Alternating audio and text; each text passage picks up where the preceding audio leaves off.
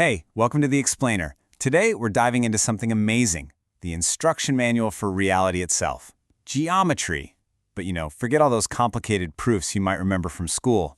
We're going to go way back to the beginning, to the simple, powerful ideas our entire world is built on. Let's get into it. Seriously, think about it. If you had a completely blank canvas, nothing exists, how would you even begin to create shapes, structures, and the very space that they live in? It sounds huge, I know, but the answer is actually pretty simple. You don't start with some big bang. Nope. You start with an idea. That's right. The entire system that describes everything from a skyscraper to the path of a planet, it all starts with just one tiny, little conceptual piece. This is basically day one of creating our geometric universe. So our first step in building this universe of ours is to create the most basic element you can possibly imagine. We got to forget about length, width, height, all of that comes later.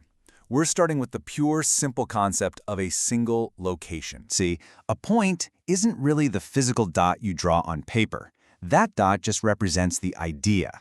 A true point is a perfect, precise location in space. It has no size at all, no width, no depth. It's just the "you are here" pin on the map of existence.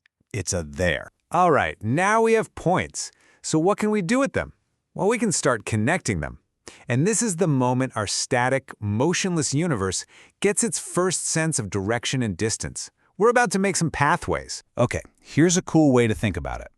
If you take a piece of paper and fold it, that crease you just made, that's a perfect model of a line segment. It's the absolute shortest, most direct route between 2 points. It has a clear beginning and a clear end. It's a finite, measurable piece of our brand new universe. But what if that crease, what if it didn't stop? Just imagine it stretching out on and on forever in both directions. Well, that's a line. It has no endpoints, it just goes. So a line segment is really just a small piece of a much, much bigger, infinite line. And then we've got this fascinating character, the ray. It's kind of like a hybrid. Think about a beam of light from a flashlight or a laser pointer. It has a very definite starting point, right? But then it just travels on forever and ever in one direction.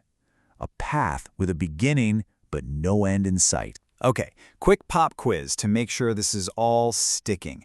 Let's say you have point A over here and point B over there. How many different perfectly straight lines can you possibly draw that go through both of them? Just take a second to picture it. The answer? Just one. That's it. Any 2 points in space, anywhere, define one and only one unique line. This is a huge rule. It's a fundamental law that brings order to our universe. It's what keeps everything from being a total mess. Okay, this is where things get really cool. So far, we've got points and we've got pathways, but our universe is still kind of flat and static, right? Now, we're going to introduce a turn, a rotation. We're going to create angles, and this is truly where geometry starts to come alive. So an angle is what happens when two rays shoot out from the exact same starting point. We call that shared point the vertex, and the two rays are its arms. And the angle itself, it's the space, or really the turn between those two arms. Think about opening a book. When it's closed, there's no angle, right? It's zero. But as you open the cover, you create a little angle. The wider you open it, the larger that angle gets. And this shows you the most important thing. An angle's size isn't about how long the pages are. It is purely 100% about the amount of turn between them. So, if you remember one thing, remember this. An angle is simply a way to measure rotation around a point. That's all it is. It's not about length or distance. It's about the turn. Okay, so we know some angles are bigger than others. But how do we measure that?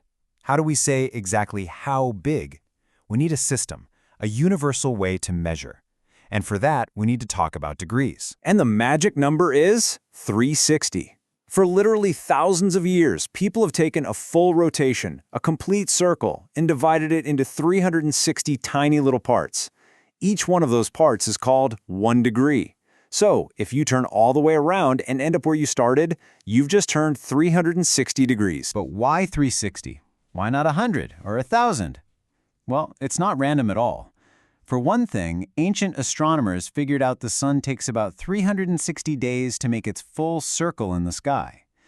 Plus, 360 is just a fantastic number. You can divide it cleanly by so many other numbers, which makes it super convenient for, building things and doing math. So, with our 360-degree system, we can start giving angles names. An acute angle is small and sharp, less than 90 degrees. Then you have the perfect corner of a square. That's a right angle, exactly 90 degrees. Open it even wider, and it becomes blunt, or obtuse. And if you open it all the way until it's a perfectly flat line, that's a straight angle at 180 degrees. And of course, I gotta give you a little something to help you remember the most famous angle of them all. Why shouldn't you argue with a 90-degree angle? Because they're always right. So there you have it. We've built our system. We went from points to lines to the angles that give them all life. But this isn't just some abstract thought experiment. Once you learn this language, you'll start to see that it's written absolutely everywhere, every single day. Just look around you right now. You'll see the hands of a clock constantly forming new angles. A door swinging open on its hinges, that's an angle. A pair of scissors, the slope of a ramp, even the path of a swing at the park.